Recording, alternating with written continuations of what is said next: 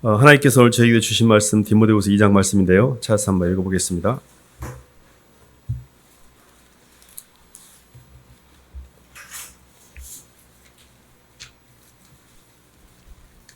디모데후서 2장 1, 2절 말씀입니다.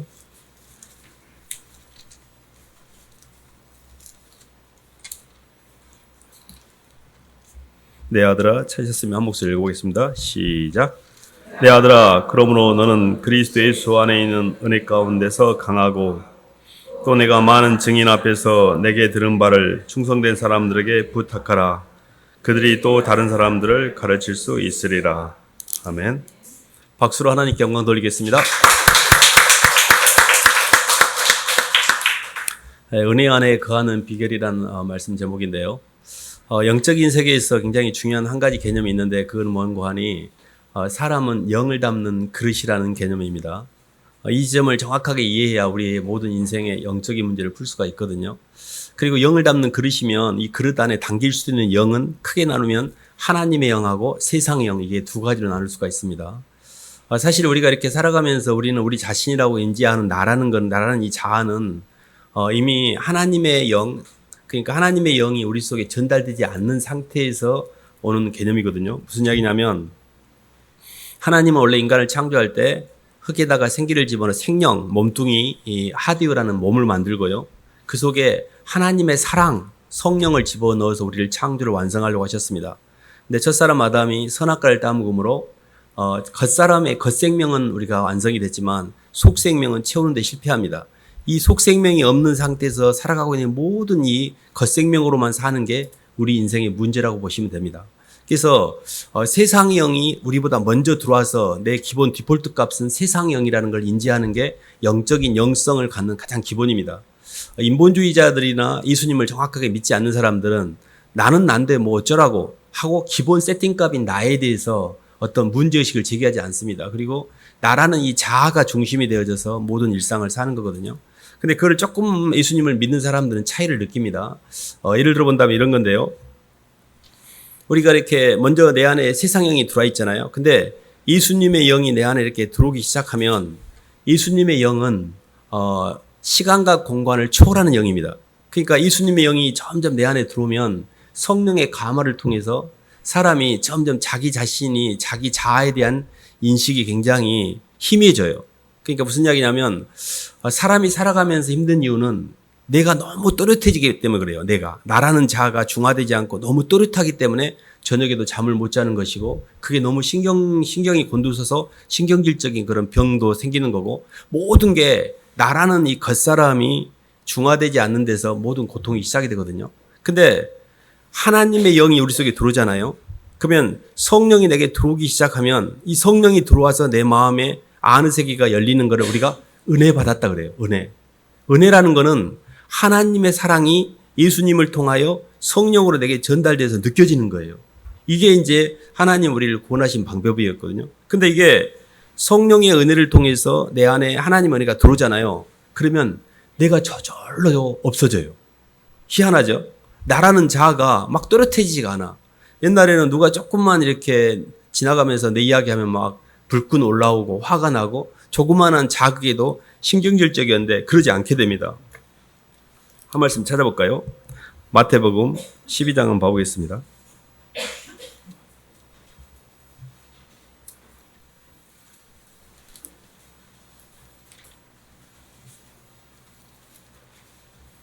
(28절) 한번 읽어보겠습니다.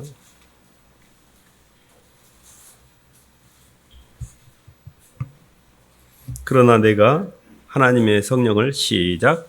그러나 내가 하나님의 성령을 힘입어 기근을 쫓아내는 것이면 하나님의 나라가 이미 너에게 임하였느니라. 아멘. 우리 안에 이미 기본적으로 들어와 있는 세상의 영이 하나님의 성령으로 말미암아 쫓겨나게 되면 우리 속에 이미 하나님 나라가 임했다 그러잖아요. 천국이라는 것을 우리는 공간적 개념으로 많이 인식을 합니다. 천국은 여기 있다 저기 있다도 말하지 못하리니 천국은 너희 마음속에 있다 그랬잖아요. 천국이라는 개념이 뭐냐면 하나님의 통치권이 회복되는 것을 천국이라고 합니다.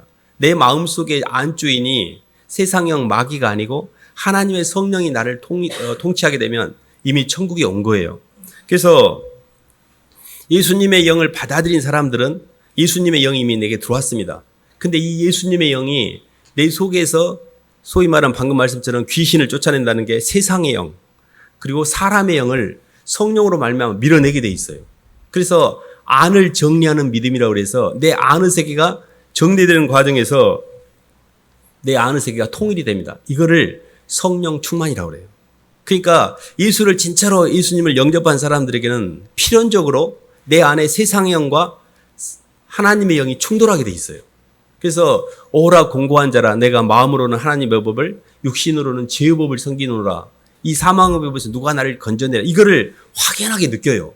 내가 예수를 믿기 전에 살았던 내 겉사람의 모습하고 예수님을 믿은 다음에 살았던 속사람의 영과의 충돌을 느끼기 시작합니다. 근데 예수를 안 믿는 사람은 세상의 영밖에 없기 때문에 그걸 느끼지 않아요. 그리고 그런 말들이 불편하게 느껴져. 이해가 안 되니까. 그러니까 우리가 계속해서 이렇게 삶이 편안해지고 자유로워지고 좋아진다는 뜻은 영계가 바뀌고 있다는 뜻이에요. 그래서 문제는 말씀을 통해서 영이 공급이 됩니다. 하나님 말씀을 듣고 그 말씀을 내 몸을 통해 통과를 시키면 그때 성령이 내 안에 더 들어오게 돼요. 그래서 하나님 말씀을 따라 계속 움직일수록 내 자아가 점점 편안해져요. 나라는 자아가. 근데 세상의 것들을 계속 받아들이고 세상 것들을, 세상이라는 게 이런 겁니다. 세상은 사실은 나와 내 것을 위해서 움직이거든요. 봐보세요. 땅이 있고 차가 있고 집이 있으면 흐뭇하잖아요. 좋잖아요. 근데 그런 것들은 끊임없이 나에게 근심을 주고 걱정이고, 저도 이렇게 조그만한 이 교회지만 교회에 이렇게 지하부터 이 건물 안에 관리할 게 너무 많고, 아무튼 비가 오면 비가 혹시 셀까, 또 화장실 이런 것 이렇게 수시로 그런 거를 관리를 해야 됩니다. 그러니까 뭔가를 갖고 있으면 그게 흐뭇한 게 보이지만 그것에 의해서 내가 묶이게 돼 있습니다. 그래서 영적으로 보면 하나님께서 우리를 천국으로 데리고 가는 과정에서 이 땅에서 하나님의 영을 공급해서 성령으로 말미암아 내 속에 있는 세상의 것들 다 빼고 이 땅에서 천국이 와요. 이 땅에 천국이 온다는 게 내가 점점 편안해진다는 뜻입니다. 그래서 문제는 하나님의 말씀을 통해 은혜를 받으면 성령이 역사하고 세상의 말을 통해 욕망을 자꾸 채우면 세상의 영이 득세를 하게 돼요. 그래서 내 몸은 영을 담는 그릇인데 세상의 영이 통해서 나를 흐를 수도 있고 하나님의 영이 나를 통해서 흐를 수도 있어요. 이거를 선택할 수 있는 선택을 내 자신이 하는 겁니다. 그래서 저희가 이렇게 하나님의 은혜에 거하는 비결이잖아요. 그러면 하나님의 은혜에 거하려면 어떻게 해야 되나, 이제 이런 부분에 대한 질문이 생기는데, 에베소 1장 한번 봐볼까요?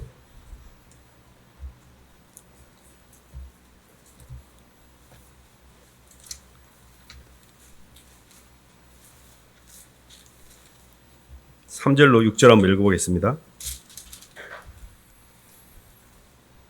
찬송하리로다 하나님. 시작. 찬송하리로다 하나님 곧 우리 주 예수 그리스도의 아버지께서 그리스도 안에서 하늘에 속한 모든 신령한 복을 우리에게 주시되 곧 창세전에 그리스도 안에서 우리를 택하사 우리로 사랑 안에서 그 앞에 거룩하고 흠이 없게 하시려고 그 기쁘신 뜻대로 우리를 예정하사 예수 그리스도로 말미암아 자기 아들들이 되게 하셨으니 이는 그가 사랑하신 자 안에서 우리에게 거저 주시는 바 그의 은혜의 영광을 찬송하게 하려는 것이라. 아멘. 하나님께서 우리를 창세전에 선택하셨다라는 이 개념이 우리가 받을 수 있는 최고의 은혜입니다.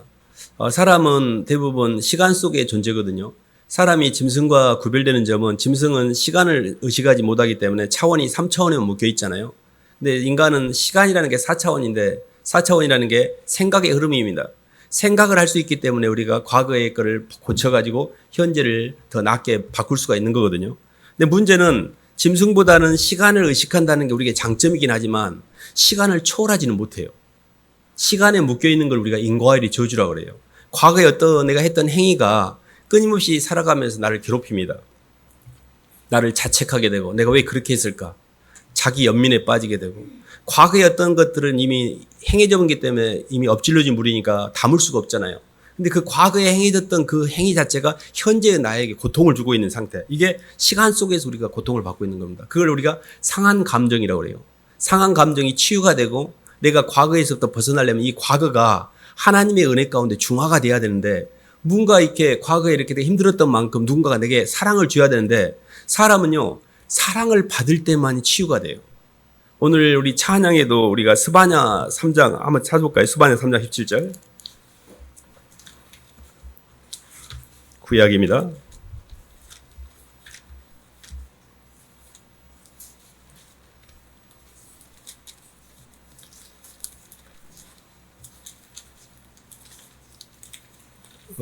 저희가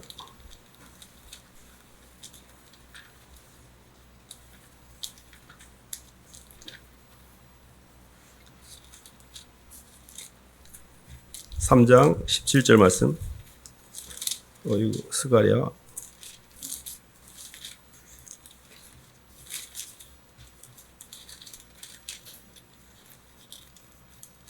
한번 읽어보겠습니다. 3장 17절 시작. 하나님 여호와가 쓰니 인자 지라 나 너를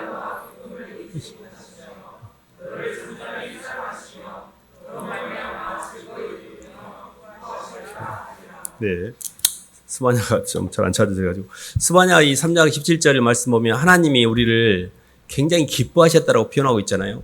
이 말이 굉장히 중요합니다. 저는 하나님이 나를 이 땅에 창조할 때 기뻐했다는 것, 그를 나를 얼마나 기뻐하는지 그 기쁨을 이기지 못했다 그랬잖아요. 사람은 누군가가 나를 기뻐할 때 그때 내 존재가 완성이 돼요. 우리가 이렇게 살아가면서 우울하다는 말은 뭐냐면 누군가에게 아무런 사랑과 인정을 못 받을 때 그때 우울해지거든요. 그래서 보이지 않는 하나님께서 나를 창조할 때 나를 기뻐하셨다. 이 말은 굉장히 깊은 의미가 있습니다. 하나님 나를 택하실 때 저는 이런 생각했어요. 나같이 이렇게 보잘것없고 형편없는 사람 하나님 사랑하셨다고? 내가 살아가면서 세상에 나에 대한 평가는 그렇게 막 호의적이지 않았는데 내가 너무 초라하고 내가 너무 부족하고 내 자신이 너무 아닌 것 같은데 하나님 나를 사랑하셨다는 게 선뜻 받아들이기 어려워졌어요. 근데 저는 하나님께서 나를 있는 그대로 사랑하셨다는 말을 받아들였을 때 제 안에 치유가 되는 걸 느꼈습니다. 그러니까 하나님이 택하신 자들에게 하나님 있는 그대로 우리를 사랑하셨어요. 하나님 나를 엄청 기뻐서 우리가 아기 막 태어나면요. 막 아기가 막 이렇게 막 손짓 발짓하고 막 뭐 옹알이 하잖아요. 그러면 굉장히 예쁘잖아요. 근데 본인은 몰라. 근데 부모는 그 얘기를 얼마나 기뻐하는지 몰라요. 하나님은 우리를 볼 때 너무 기뻐서 어떻게 할 줄을 모르시는 거예요.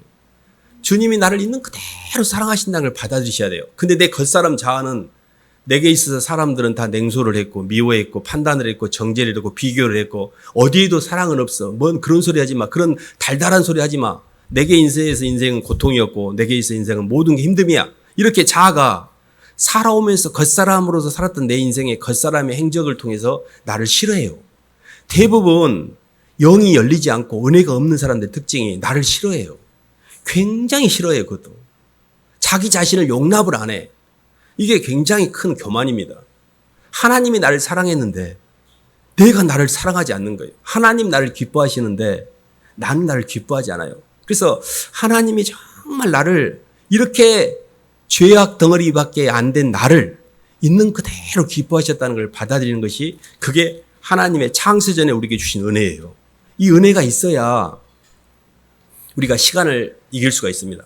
내 과거에 원하지 않는 어떤 선택이나 원하지 않는 사람들의 행위를 통해 받은 상처가 하나님이 나를 너무 사랑하셨던 내 원 과거, 시간 속에 있는 과거는 창세전에 내 원 과거가 나를 너무 사랑하셨기에 눈곱만치도 안 돼. 시간 속에 있는 과거. 그걸 덮고 남음이 있는 거예요. 왕자로 태어난 것이 이미 예정이 됐기 때문에 하나님이 택하신 것이 왕자로 태어났기 때문에 그 왕자를 만들어가는 여정으로서 이 땅에 삶이 진행이 되는 겁니다. 그래서 그리스도 예수 안에 갈 수 있는 가장 최고의 은혜 중에 하나가 창세전에 하나님께서 나를 당신의 사랑의 상대로 택하셨고 나를 있는 그대로 기뻐하셨다는 걸 받아들이셔야 돼요. 이것을 시간적 은혜라고 그래요. 시간전에 창세전에 하나님이 나를 만들 때 나를 좋은 목적으로 만드셨고 나를 기뻐하셨다는 것. 이거를 굉장히 받아들여야 내 속에 치유가 일어나기 시작합니다. 사실 믿음이라는 게 믿습니다 이게 아니고 하나님이 나를 사랑하셨다는 걸 받아들이는 걸 믿음이라고 그래요. 그리고 그것을 마음속에 누리고 그걸 또 표현하는 걸 또 믿음이라고 그래요. 믿음은 사랑이 전제가 돼야 돼요. 사랑으로 역사하는 믿음, 사랑을 통해 나타나는 믿음, 사랑을 받아들이지 않는 거 다 믿음이 아니고 자기 강박이거나 자기 신념이거나 자기 확신이지 그런 믿음이 아니에요. 하나님 나를 사랑하셨구나를 진심으로 받아들이셔야 돼요. 근데 목사님이 아무리 정말 하나님 나를 기뻐하셨고 나를 사랑했다 그래도 내 겉사람은 거부합니다. 뭔 그런 달달한 말을, 나는 내 인생이 너무 힘들었는데 자꾸 걔가 그렇게 하는 게 자기에게 더 익숙해. 근데 그 말에 동의하시면 안 돼요. 하나님은 정말 나를 사랑하셨어요. 나를 있는 그대로 기뻐하셨고 너무 기뻐해서 즐거워서 어떻게 할 줄을 모르시는 거예요. 이 지점에 대한 부분을 받아들일 때 내 인생의 과거에 힘들었던 것들이 서서히 처리가 됩니다. 그러니까 사람이 동물보다 나은 거는 시간을 의식함으로 시간이라는 생각의 흐름을 잡기 때문에 굉장히 더 우수한 건데, 문제는 시간 속에 갇힌다는 게 이게 함정이에요. 인과율이 저지. 그것을 죄와 사망의 법이라고 그래요. 근데 예수님이 창세 전부터 나를 사랑하셨던 것을 우리가 소환해서 그 사랑을 받아들이면 내 존재가 시간 속에 있는 존재가 아니라 시간 밖에 있는 존재로서 하나님의 큰 사랑 안에서 내가 내 새로운 차원의 내 영혼이 열리게 되거든요. 그거를 우리가 시간을 초월했다 이렇게 표현하는 겁니다. 굉장히 영적인 표현들이라 좀 어렵긴 한데요. 한 말씀 더 볼까요? 누가복음 17장 한번 봐보겠습니다.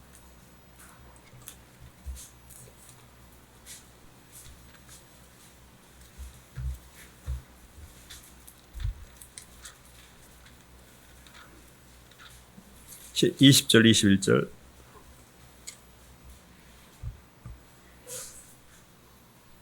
바리새인들이 하나님의 나라가 시작. 바리새인들이 하나님의 나라가 어느 때에 임하나이까 묻거늘 예수께서 대답하여 이르시되 하나님의 나라는 볼 수 있게 임하는 것이 아니요 또 여기 있다 저기 있다고도 못하리니 하나님의 나라는 너희 안에 있느니라. 아멘. 사실 이렇게 몸이라는 것은 하나님께서 하나님의 영광을 위해 창조된 이 예배용입니다. 예배용.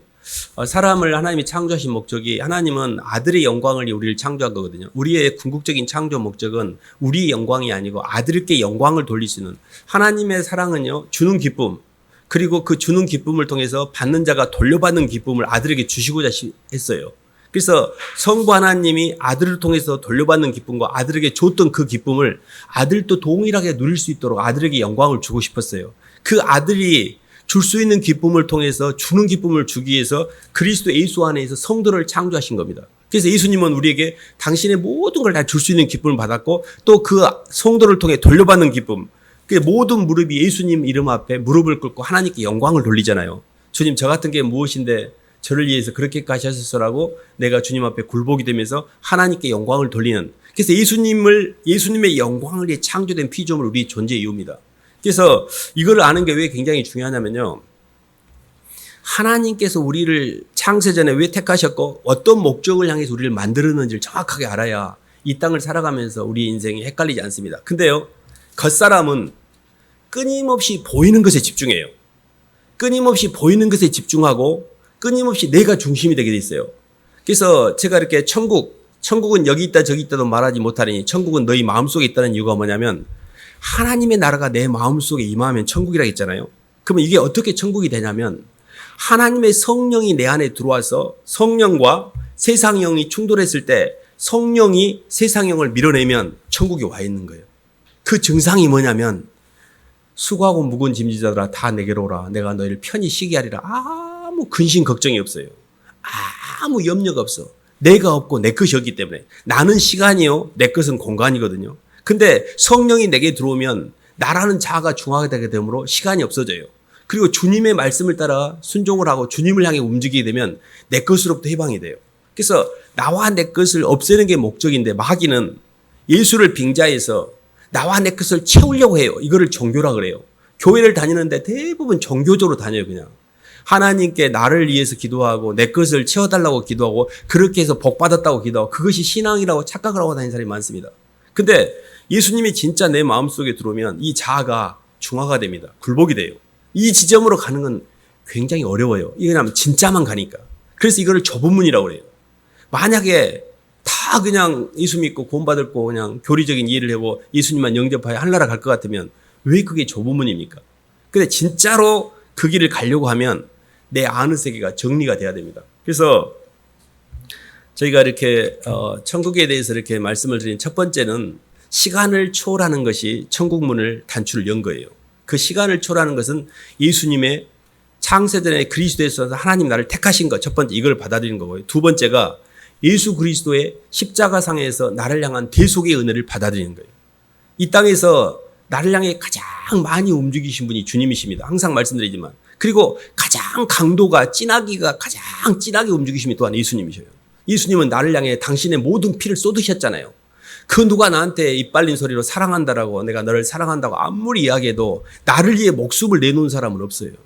근데 예수님은 진심으로 당신이 나를 살리기 위해서 당신의 목숨을 십자가에서 내놓으셨잖아요. 근데 이거를 아무리 이렇게 이야기를 해도 그를 받아들이지 않는 사람에게는 그 대속의 사랑이 전달이 안 됩니다. 두 번째가 주님의 대속의 은혜, 나를 향해서 십자가에서 그 죽으시는 그 은혜 때문에 내 모든 죄가 다 도말됐어요. 저는요, 예수님 믿고 정말 자유로웠던 게 죄책감이 해방된 거였습니다. 내가 죄를 짓는 건 맞는데 예수님이 내 모든 죄를 도말하셨다는 말이 완전한 자유를 주셨어요. 그리스도 예수 안에 결코 정죄함이 없나니 생명의 성령의 법이 죄와 사망의 법을 해방했다 이 말씀이거든요. 그래서 죄를 해결하는 방법은 죄의 대가를 치르는 겁니다. 절도를 해가지고 판사가 3년형을 때리면 감옥에 갔다 나오면 죄의 대가를 치렀기 때문에 그 죄에 대해서 자유롭잖아요. 우리의 지은 죄의 대가는 사망이었습니다. 그 사망을 누군가 치러야 우리가 그 죄에서 해방되는데 우리가 지은 과거에 지은 죄와 현재 짓고 있는 죄와 미래에 지을 모든 죄를 위해서 예수님이 십자가에 죽으신 거예요. 그 대속의 은혜를 받아들일 때 내가 힘쓰고 애쓰고 죄를 지키려고 죄를 안 지려고 애써서 되는 게 아니라 하나님의 은혜로 말미암아 내가 죄사함의 자유를 누리는 거예요. 죄사함의 자유를 누리면 그때 죄를 안 짓게 되는 거예요. 근데 죄책감을 가지고 죄를 안 지야지 하고 죄책감을 가지고 있는 사람은 끊임없이 죄를 짓게 됩니다. 그래서 저희가 두 번째가 대속의 은혜입니다.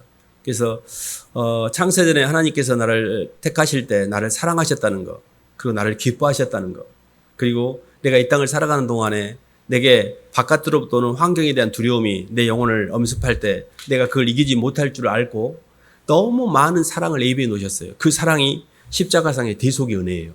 그 사랑을 계속 매일 받을 수가 있어요. 하나님이 나를 기뻐하시는 것과 그 대속의 십자가의 은혜를 날마다 받으면 하나님 은혜가 내게 차곡차곡 쌓이잖아요.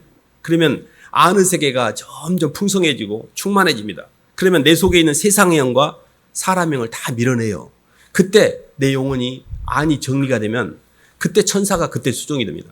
주님도 요단강에서 세례를 받고 광야에 이끌리셔서 마귀에게 시험을 받잖아요. 마귀의 시험을 다 통과한 다음에 천사가 수종 들더라 이런 표현이 나옵니다. 그 말은 즉슨 그때 환경이 다 복이 돼요. 그때 모든 게 합력하여 선을 이뤄요. 모든 게 합력하여 선을 이루는 것은 내 자아가 처리된 이후의 일이에요. 그래서 하나님이 우리에게 주실 때 하늘에서 모든 신령한 복을 주시는데 순서가 있습니다. 하늘의 걸 먼저 받고 그 하늘의 것으로 인해서 내 안의 것을 정리가 된 다음에 땅의 것이 내게 들어오는 거예요. 땅의 것은 이미 축복으로 주셨어요. 창세기 1장에. 근데 하늘의 것이 내게 안 들어온 상태에서 땅의 것을 가지고 보고를 삼으려고 하기 때문에 내가 그것들에 끌려가는 거예요. 돈과 사람과 내 자존심에 시간과 공간에 계속 끌려가는 것. 구원이라는 개념은 시간과 공간의 문제를 해결하는 겁니다. 그래서 우리가 이제 이렇게 예수님의 은혜를 자꾸 받아들이고 예수님이 날 사랑하셨다는 걸 받아들이면 내가 그리스도 예수 안에서 편안해져요. 이것이 시간의 문제를 해결한 거예요. 내가 시간이라고 했잖아요. 근데 여전히 나는 공간적인 문제에는 문제가 있죠. 그 공간의 문제를 해결하는 게 데살로니가 2장 한번 봐볼까요?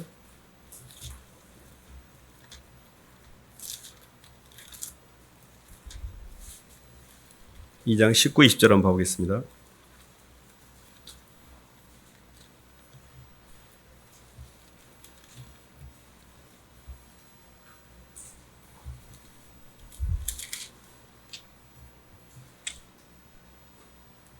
우리의 소망이나 330쪽입니다. 19, 20절 시작. 우리의 소망이나 기쁨이나 자랑의 멸관이 무엇이냐? 그가 강림하실 때 우리 주 예수 앞에 너희가 아니냐? 너희는 우리의 영광이요 기쁨이니라. 아멘. 사도 바울이 이렇게 우리의 소망이나 영광이나 기쁨이 무엇이냐? 우리 주 예수 앞에 너희가 아니냐 해서 사도 바울의 자신의 삶에 있어서 모든 소망, 그리고 영광, 기쁨은 영혼들이었습니다. 오늘 말씀에도 내 아들아, 바울이 디모데후서를 쓸 때가 임종 직전입니다. 마지막 거의 죽기 직전이거든요. 그 사랑하는 디모데에게 아들에게 내 아들아, 그건 뭐가 같냐면 유언장과 똑같습니다. 정말 해주고 싶은 말을 하고 있는 거예요. 내 아들아 그러잖아요. 네가 그리스도 예수 안에 있는 은혜 속에서 강하고 주님과의 연합을 통하여 그 은혜를 많이 누리고 그 은혜의 기반에서 충성된 사람들에게 내게 부탁함을 네가 내게 들은 말을 충성된 사람들에게 부탁해라.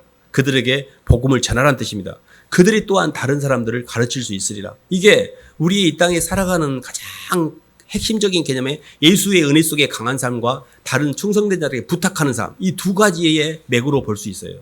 주님과의 연합을 통한 자유함과 주님께 받은 은혜를 사람들을 키우는 이 두 개가 우리 삶의 존재 이유라고 보시면 됩니다. 이 디모데후서 1장 1, 2절 말씀은 우리가 살아가야 될 이정표처럼 방향성을 제시하고 있어요. 예수님을 사랑하고 영혼들을 사랑하는 것. 주님을 만나고 영혼들을 만나는 이게 핵심적인 개념입니다. 근데요, 이게 어떻게 제가 이렇게 좀 이렇게 캠퍼스에 제가 20대 후반에 사역을 시작했습니다. 20대부터 이렇게 계속 사람들 만나면서 전도하고 양육하고 사람들에게 복음을 전하는 일을 20대부터 했는데 30대 초반 정도 되니까 제가 어떤 걸 많이 느꼈냐면 그렇게 인생이 복잡하고 힘들었는데 제가 많이 해방된 걸 느꼈어요.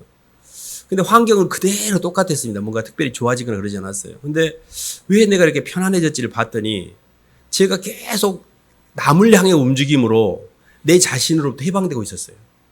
그래서 제가 그때 깨달았습니다.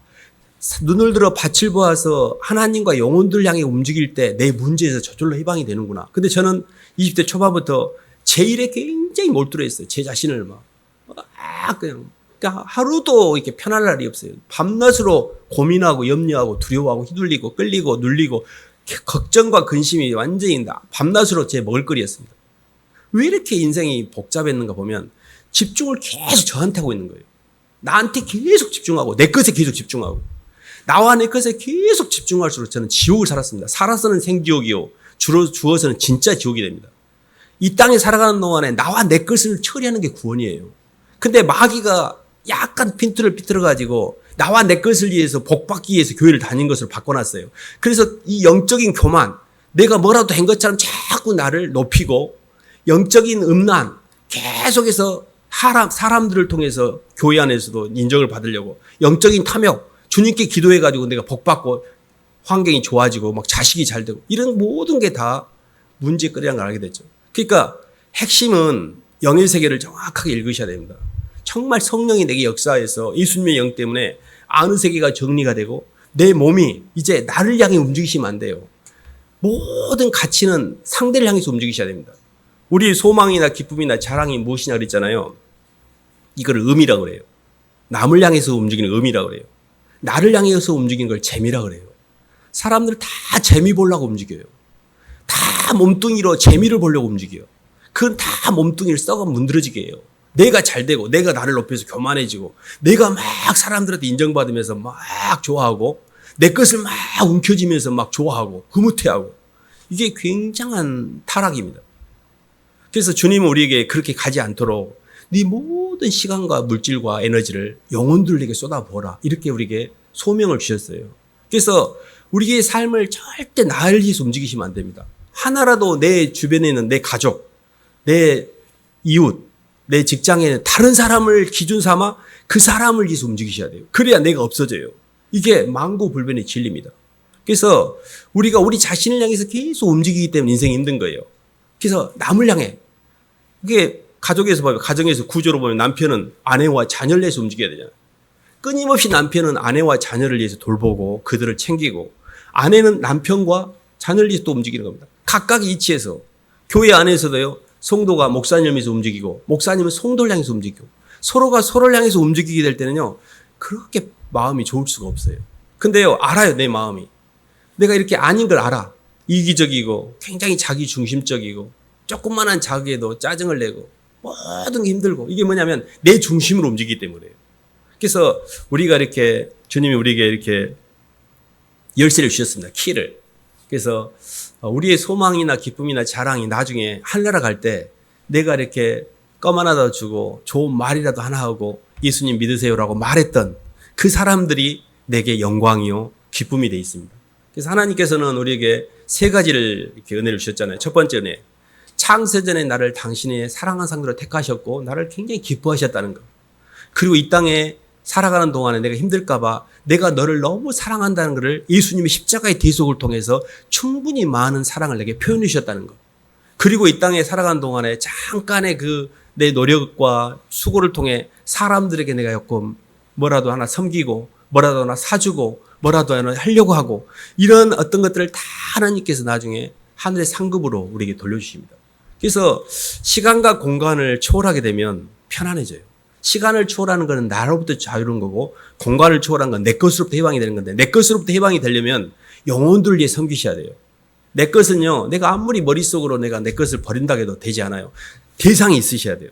대상을 통해 자꾸 내 것을 빼야 돼요. 물질을 쓰고 주님 앞에 돈과 영혼들 향해 물질을 쓰고 사람들에게 자꾸 내 동력을 쓰고 에너지를 쓰고 인색하고 안 쓰려고 하고 계산하고 머리를 굴리고 손해보는 걸 싫어하고 나를 의식하고 이게 다 마귀입니다. 근데 그런 것들이 당연한 것처럼 그것에 힘을 주기 시작하면 그때는 괜찮은 것 같아요. 근데 이 사람에게는 점점 지옥이 오고 있는 겁니다. 제가 애초에 처음에 말씀드린 어떻게 하나님의 은혜를 누리는 비결, 하나님의 은혜 속에 들어가는 통로를 이야기했는데요. 성경이 이렇게 이야기합니다. 젊은 자들아 장로들에게 순복하고 겸손으로 허리를 동이라. 하나님은 교만한 자는 대적하시되 겸손한 자에게 은혜를 베푸시니라. 굉장히 교만한 사람이 영적으로 성장하는 걸 저는 본 적이 없습니다. 교만이라는 게 뭐냐면 내가 내 스스로 내 문제를 해결하려고 하는 거예요. 근데 겸손은 뭐냐면 하나님 저는 흙이고 먼지고 티끌이며 죄인입니다. 제가 죄인이라는 걸 인정하는 거예요. 마음이 가난한 자는 복이 있나니 천국이 저희 것이며 마음이 가난하셔야 돼요. 너무 많은 욕망으로 차 있어. 가득 차 있어. 구멍 하나가 없어요. 주님의 은혜가 들어갈 구멍이. 그러면서 하나님 왜 나한테 이렇게 힘들게 하냐고 맨 불평이나 했다고 본인을 볼 줄을 몰라. 본인 속에 있는 욕망들을 못 보니까 하나님께 원망이 나고 애문소리 하는 거예요. 근데요, 최고의 한 수가 회개를 많이 하는 것입니다. 저는 예수님 믿을 때 정말 하나님 죄인입니다. 하나님 이렇게밖에 못 살아서 너무 죄송해요. 정말 주님 앞에 내가 얼마나 쓰레기인지를 많이 고백했던 기억이 납니다. 그걸 많이 고백하셔야 돼요. 내가 별것이 아니에요. 나는 흙덩어리고 아무것도 아닌데 마귀가 들어오면 영적 교만이 돼서 내가 하나님보다 더 높아져요. 제일 예수님을 믿기 힘든 사람이 교만한 사람입니다. 그 사람들이 스스로 자기 문제를 해결하려고 하기 때문에 베드로가 간 길이 아니라 유다의 길을 가게 돼요. 베드로는 회개를 했거든요. 하나님 저는 죄인이에요. 다시 살아도 저는 똑같은 죄를 지을 거예요. 근데 예수님이 저를 위해서 십자가에 죽으심으로 제가 이렇게 자유롭게 됐지 제 힘으로는 죽었다 깨라도 안 돼요라고 하나님의 은혜를 구하였어요. 베드로는. 유다는 내가 책임지면 될 거 아니야. 내가 목숨 끊어서 책임지면 될 거 아니야 하고 목숨을 끊었어요. 굉장히 멋져 보이잖아요. 자기 행위에 대해서 책임을 져버리니까. 책임질 수 없는 죄인이 책임질 것처럼 까부는 것 자체가 얼마나 교만인지 모릅니다. 우리는 그걸 책임질 수가 없어요. 우리의 죽음의 문제를 우리는 해결할 수가 없어요. 그래서 예수님 도와주세요. 예수님 없이는 저는 안 됩니다. 주님의 은혜가 꼭 필요합니다. 예수님의 사랑이 없이는 저는 절대가 안 돼요라고 중보자이신 예수님의 그 사랑을 진심으로 받아들일 때 우리 속에서 영이 풀리기 시작하는 거거든요. 그래서 오늘 디모데후서 이 말씀이 바울의 유언장입니다. 내 아들아 이렇게 이야기했잖아요. 그래서 꼭 잊어버리지 마시고요. 두 개의 삶을 사셔야 되는데 내 아들아 내가 그리스도 예수 안에 있는 은혜 속에서 강하고 은혜를 계속 받아들이는 뜻입니다. 은혜 속에서 강하려면 계속 하나님의 사랑을 받아들이셔야 돼요. 그 대속의 은혜, 십자가의 대속의 은혜와 아버지가 나를 사랑하시고 나를 창조할 때 너무 기뻐하셨다는 것과 그리고 하나님이 내 모든 것을 다 이미 예비해 놓으셨어요. 그 은혜를 계속 깊이 받아들이고 주님이 나를 기뻐한 걸 자꾸 받아들이면 내 마음이 채워집니다. 그것이 그리스도 예수 안에 강한 삶이고요. 그리고 두 번째가 충성된 사람들에게 부탁하는 사람. 그래서 이렇게 남은 생에는 제가 주님을 위해 살겠습니다라고 재미로 살지 않고 가치와 의미를 따라 살겠습니다. 몸뚱이로 살지 않고 하나님의 말씀으로 살겠습니다. 땅을 향해서 움직이지 않고 하늘을 향해서 움직이겠습니다. 보이는 걸 향해 움직이지 않고 보이지 않는 주님을 향해 움직이겠습니다라는 결단이 필요합니다. 이렇게 가다 보면 제가 항상 좋아하는 게요. 천국은 죽어서 가는 게 아닙니다. 이미 이 땅에서 천국 갈 사람과 지옥 갈 사람이 나뉘어집니다. 천국은 이 땅에서 갈라져요. 성경은 정확하게 이야기하고 있습니다. 내가 너희 천국은 여기 있다 저기 있다 말하니 천국은 이미 마음속에 있다 했고 내가 성령으로 말미암아 귀신을 쫓아내는 것이면 너희 마음속에 이미 천국이 왔다는 거죠. 무슨 이야기냐면 내가 주님의 말씀에 순종하여 내 속에 있는 것들 다 밀어내면 그 사람이 이미 천국에 와 있는 거예요. 그래서 천국은 여기서 천국 갈 사람이 확정되는 거지 죽어서 결정되는 게 아니에요. 그래서 저는 그 증거가 뭐냐면 나와 내 것, 시간과 공간으로 해방된 자, 나라는 자존심, 나라는 자의식, 내 거라는 소유욕 이런 것들로부터 점점 중화가 되셔야 돼요. 그러려면 하늘과 땅 사이에 내 것이 어디가 있습니까? 다 하나님의 것인데 그 하나님의 것을 위해서 자꾸 주님을 위해서 영혼들 위해서 사용하다면 저절로 남은 것들은 하나님께 채워주세요. 그래서 더운 여름에 저희들이 굉장히 이렇게 힘들기도 하고 그런데요. 주님을 많이 묵상하셔야 됩니다. 예수님의 사랑을 많이 묵상하시고 예수님과 항상 깨어서 환경은 덥지만 주님 사랑해요. 그리고 저는 더울 때 이렇게 이야기합니다. 이렇게 덥게 해주셔서 감사합니다. 이렇게라도 더우니 시원할 때 얼마나 시원한지를 알 수가 있고 이렇게라도 더우니 벼가 나락이 익어서 또 곡식도 우리에게 주는 것이고 하나님 섭리 가운데 더 뿔 때가 있고 추울 때가 있고 그런 것처럼 더위를 주셔서 감사합니다라고 오히려 더위에 막 휘둘리거나 불평하지 마시고 하나님 감사합니다고 받고 어쨌든 예수님의 은혜를 모든 환경 속에서 계속 받으셔야 돼요. 그리고 하나라도 이렇게 절대 재미로 나를리 살지 마시고 옆에 사람을 위해서 움직여야 됩니다. 저희의 목적은 옆에 사람을 성공시키는 게 목적입니다. 말이라도 물질이라도 옆에 사람이 잘 되도록 해야 돼요. 옆에 사람이 잘 되도록 하면 점점 해방이 돼요. 그래서 한 주 동안에 잘 지내시기를 주님의 이름으로 축원합니다. 사랑과 은혜가 풍성하신 하나님 아버지 감사를 드립니다. 주님 저희가 이 땅을 살면서 선악간에 선악과를 따먹고 얼마나 헤맬지 아시고 미리 창세전에 예비해 놓으신 하나님의 은혜와 시간과 공간 속에서 십자가의 대속을 통해 저에게 이미 베풀어 주신 그 사랑의 은혜를 이미 저장해 놓으셔서 저희가 수고하고 무거운 짐을 지고 힘들어할 때 휘둘리지 않도록 그 은혜를 생각함으로 그 모든 문제에서 벗어날 수 있도록 하나님의 은혜를 부어주셔서 감사합니다. 하나님 또한 이 땅에 사는 동안에 잠깐 영혼들을 향해서 움직였던 그 신용만 했던 것 가지고 또 하늘나라까지 예비해 놓으신 그 사랑을 생각할 때 또한 감사를 드립니다. 주님 은혜 속에서 강하고 또 주변에 있는 예수를 믿고자 하는 충성된 사람들에게 부탁하는 삶을 남은 생애 동안에 살아갈 수 있도록 인도하여 주시옵소서. 예수님 이름으로 기도드립니다.